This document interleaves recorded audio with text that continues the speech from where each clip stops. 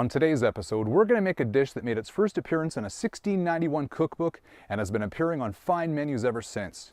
Do you know how amazing a dessert needs to be to have only 4 ingredients and last all this time? It's all about creme brulee today, my friends, on this episode of I Can Teach You How to Make That.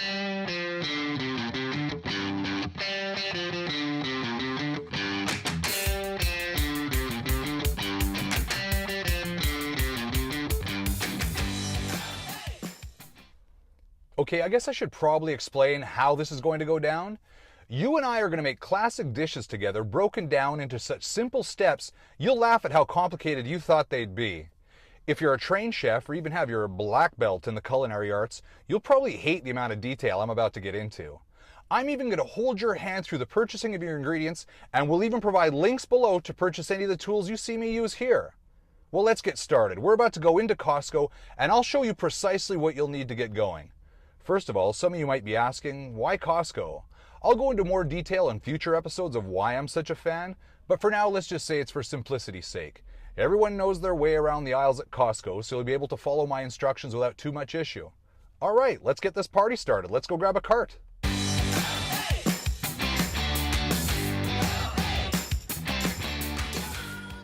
Don't be overwhelmed by the huge egg selection at Costco. All we're looking to use are whole white large eggs. Using an organic egg or an omega-3 egg won't raise our flavor profile, but will increase our cost.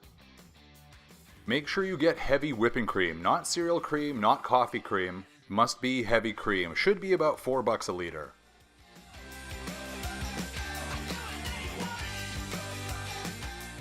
Look, I'm telling you where I buy my sugar. I'm not telling you to run out and buy a 20 kg industrial sack of the stuff. But this is where I get mine. If you have basic white sugar in your cupboard already, use it. But it needs to be just basic white granulated sugar. Don't be swindled out of your money and buy the organic sugar either. You're not helping your health, you're not helping the dish, and the organic sugar doesn't burn as well under the blowtorch. I can hear you saying it right now. There is not a universe that exists that I am prepared to pay $40 for a jar of vanilla. It's actually worth it, believe me. When you taste pure vanilla, you'll understand why it's been around for so long and how fortunes have been won and lost on this beautiful flower. The majority of the world's production right now comes from Indonesia and Madagascar. There will be future episodes where we use the whole vanilla bean, but for today's dish, we're just going to use the extract. Now here's the thing about real vanilla. We rarely eat it. 95% of the vanilla on the market today is a thing called vanillin. This is real vanilla. I know it's not cheap, it's $38, but put it in your cupboard, lasts forever. And you're having real vanilla. And put it in a little bit of your brandy or your coffee too. Let's get a party started. Here's the tools we'll be using to move forward.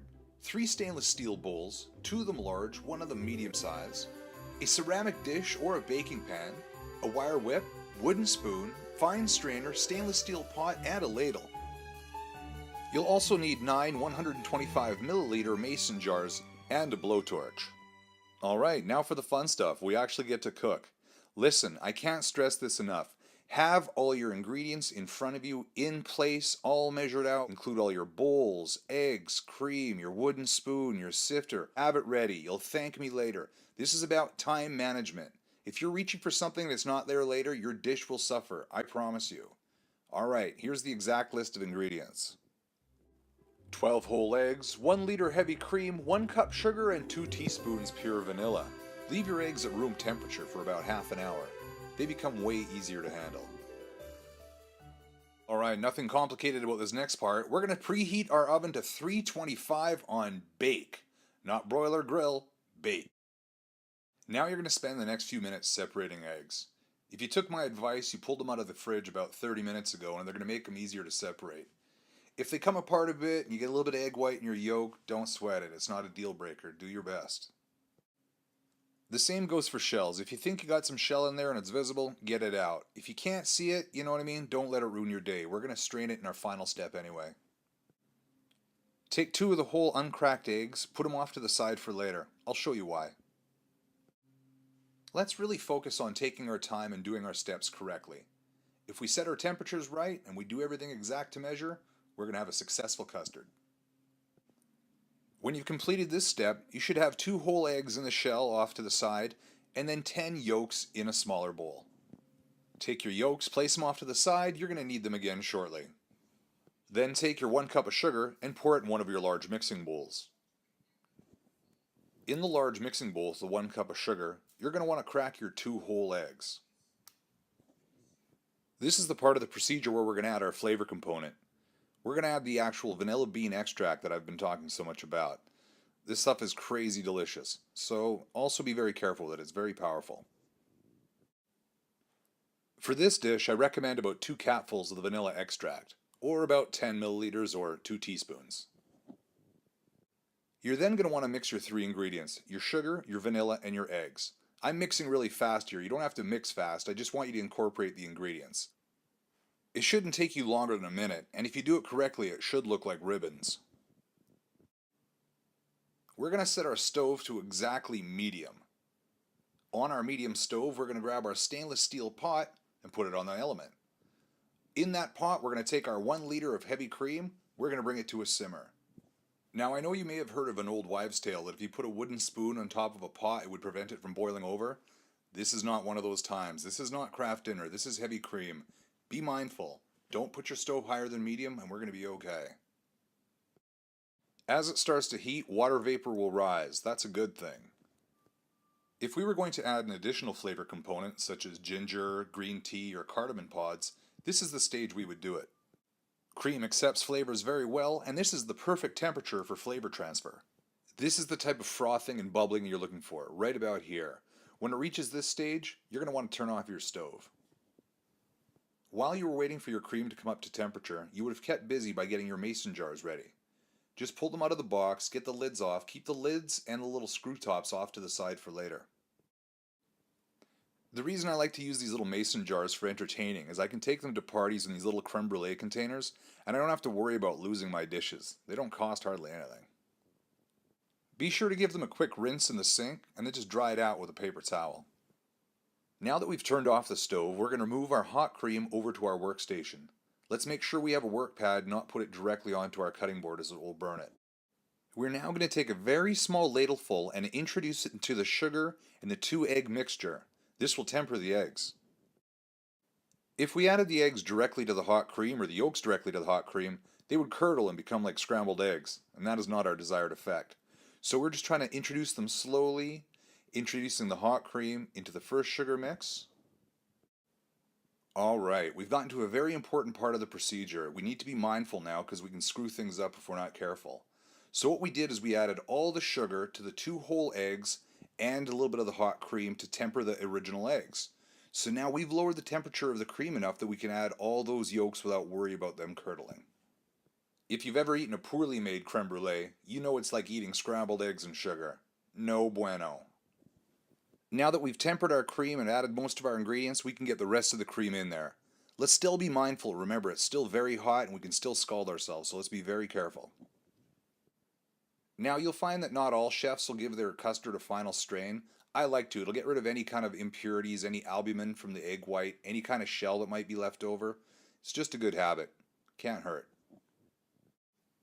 This is a step I like to incorporate as it works a little bit cleaner when you're pouring it into a small dish. I'll pour the hot custard into a large water jug. Makes it a little easier to handle and pour into the small dishes. Once again, be very careful. The cream is quite hot, so when you're gripping the custard dish, grip it at the tip so it doesn't heat up your fingers and you burn yourself. You'll notice as I divide them up into the 9 mason jars that I'm not filling them all the way up to the top. As high as I want to go is maybe about 80% because there is going to be some expansion in the oven and you don't want it leaking over. Rinse out your water jug and then fill it up with the hottest tap water you can get. Take the very hot water and very carefully pour it into the baking dish. You want it to reach about halfway up the custard. Now as you can see in the video, I've used a lid just to protect the creme brulee as I pour the hot water into the dish. I have no doubt that when Martha Stewart makes her creme brulee, she uses something far more significant than a Glad plastic container lid to protect her fine dessert. I may not be as elegant, but I also didn't get clocked for insider trading. As I mentioned earlier, this is a part where you really want to take your time. You really want to be careful. You don't want to waste all that work by getting some of the water in the custard. If water gets in the custard, it won't set. Bad news. You want the water to reach about halfway up the dish. And then we're going to carefully carry that over to our 325-degree baking oven. And we're going to wait for half an hour.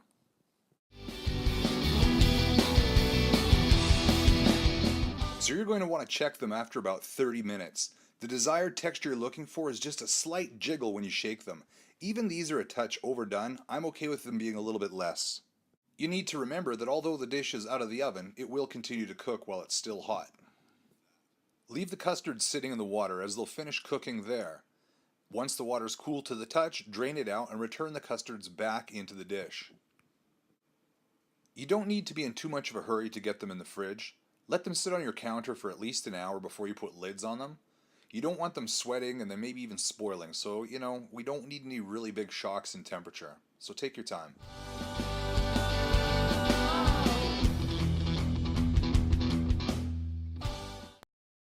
Now this becomes the exciting part, where the creme becomes brulee, where we actually get to burn the sugar with the torch.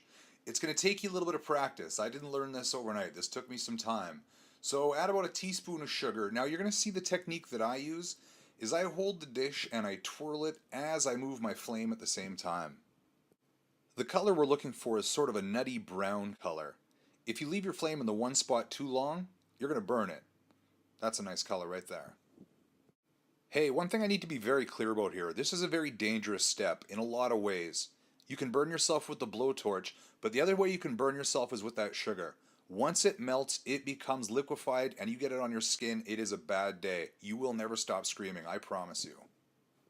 Also, don't leave your torch flame running on the countertop or something like that when you're not using it. That's just a recipe for disaster. Look at the color on that creme brulee. And insert catchphrase here.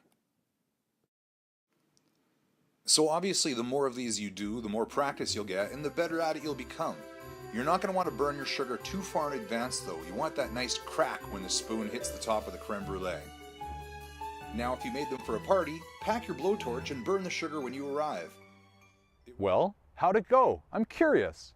If it didn't work out this time, wash your dishes, restart the video, and fire it up again. Not that big a deal. Be sure to do all the regular internet stuff, like, subscribe, and share below. If there's a dish you'd like to see me break down in the future, be sure to add it in the comments section below and I'll reply to you there. I hope you enjoyed making this creme brulee as much as I enjoyed explaining it. Until next time, I'm David Hussereau on I Can Teach You How to Make That. Bye for now.